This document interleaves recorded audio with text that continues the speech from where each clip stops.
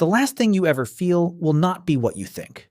Not pain, not terror, not darkness slamming shut, something else entirely, and your brain saves it for the very end.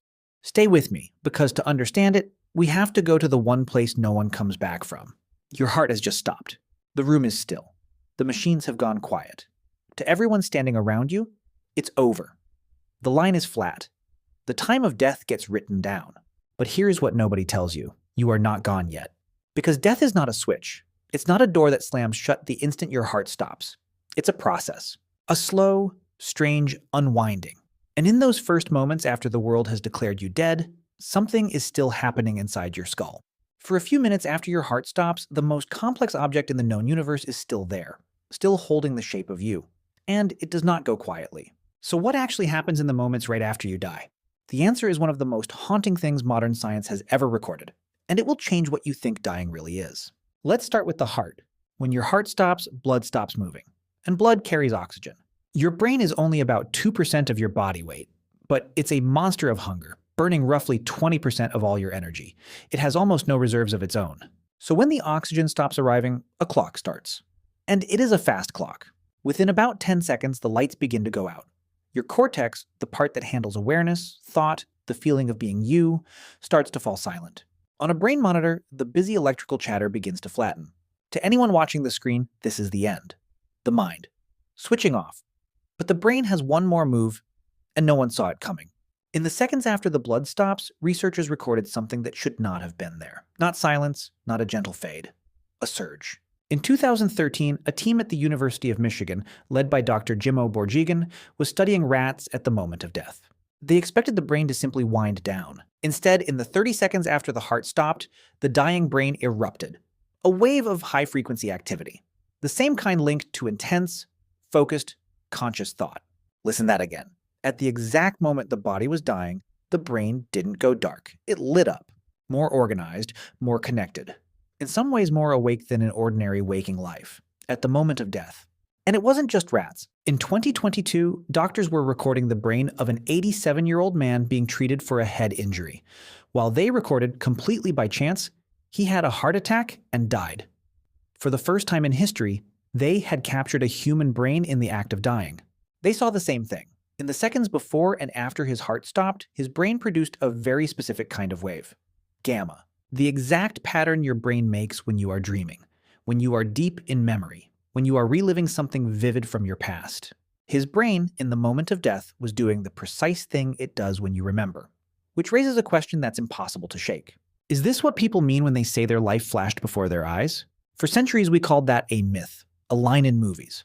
But the people who survived the edge, cardiac arrest, drowning, accidents, keep reporting the same things. Across every culture, every age, every belief. Overwhelming peace. Not terror. Floating. Looking down. A tunnel. A light. And again, that vivid replay. Memories, faces, whole stretches of a life returning all at once. We used to think this was just a noise. A broken oxygen-starved brain glitching as it crashed. But the surge breaks that explanation. Because if the dying brain isn't crashing, if it's firing in the exact patterns of memory and awareness, then maybe those experiences aren't random at all. Maybe they are the last real thing the brain ever does, not the chaos of a machine breaking down, something that looks almost like a mind reviewing itself. One final time. Now, here is where you need me to be honest with you, because this is exactly where it gets twisted. It's tempting to hear this and decide, there it is. Proof of the soul. Proof of an afterlife. Proof that you go on. But that is not what the science says, and the truth is stranger than the fairy tale. The surge is not your spirit leaving your body. As far as we can tell, it's biology. It may simply be what happens when the brakes, the systems that keep your brain controlled and balanced, all fail at once. With nothing holding it back, the brain fires like it never could in life. A final, uncontrolled blaze of everything at once. And that gives us the strangest truth of all. The most intense, vivid, dreamlike experience your brain may ever produce could be happening at the exact moment that brain is dying forever. The grand finale and the final ending. The same event. The best thing your mind ever does and the last thing it ever does at once.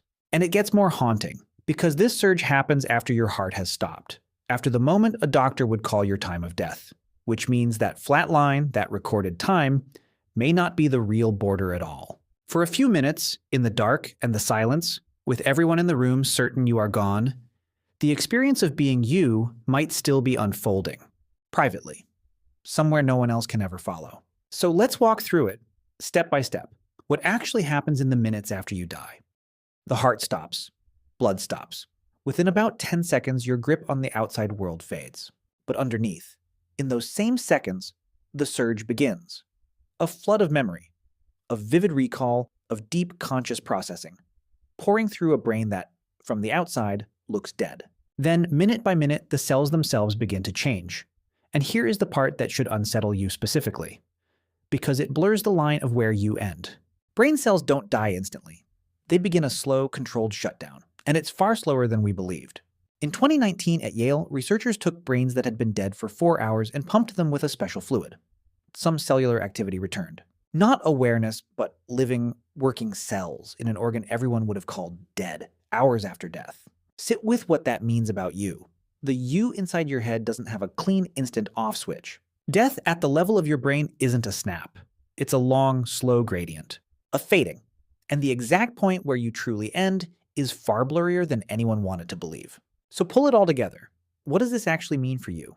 The moment your heart stops is not the moment you vanish. The you that thinks, that remembers, that feels, that may persist for minutes longer, locked inside, possibly experiencing something more intense than any moment of your waking life.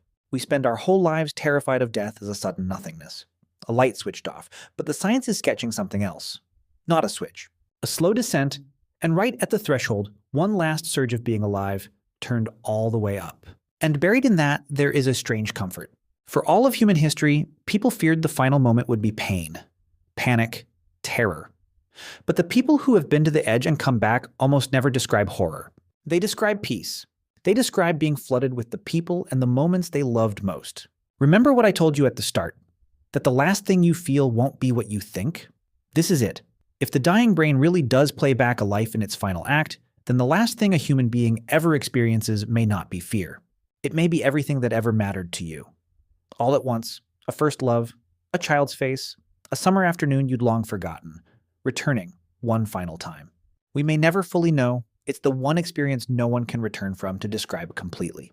But here's what the science quietly suggests, that the most complex thing in the known universe does not abandon you the instant your heart gives out. It stays, it works. It may spend its final moments not in darkness, but in a flood of memory and meaning. You spend your entire life inside this 3-pound universe behind your eyes. It builds every moment you have ever had. And it seems it may be there for the very last one too, holding you, remembering you, right to the end. The moment after you die, you may not be alone in the dark. You may be with everything you have ever loved. Human.